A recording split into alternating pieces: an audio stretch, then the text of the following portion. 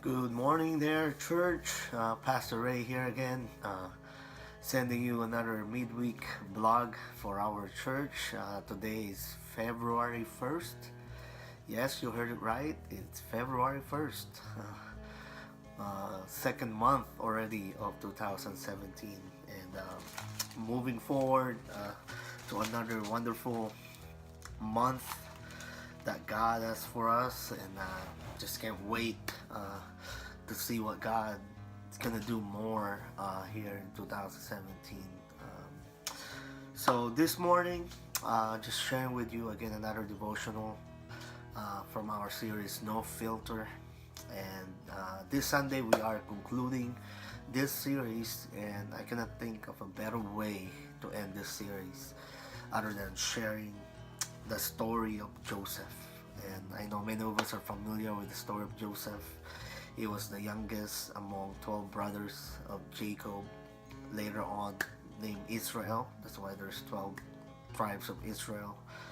And he had a dream, and in his dream he saw his older brothers bowing down to him, and his brothers did not appreciate that, and so they hated him even more.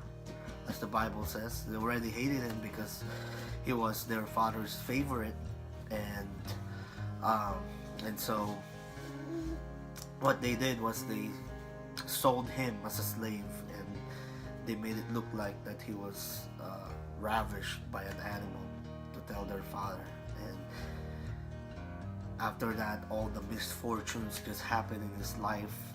He ended up at Potiphar's household, but he was wrongly accused there by the Potiphar's wife, so he ended up in jail, met someone in jail, and we can see that God is still upon his life, and he ended up being as powerful as Pharaoh in Egypt.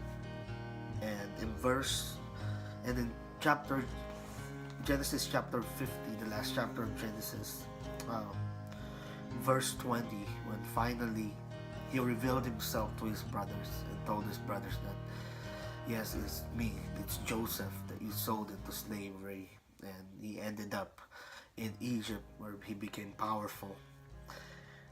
His brothers were scared that he would find revenge against them, but in verse 19 to 20, it says, Joseph said to them, "Do not be afraid, for am I in God's place?" And in verse 20, he says, "As for you, you meant evil against me, but God meant it for good, in order to bring about this present result, to preserve many people alive." What a perspective on part of Joseph. And this is what is so encouraging about his life, is first, he had all the reason to be mad. He had all the reason to blame his brothers. He had all the reason to blame God for what happened to him, but he didn't do it.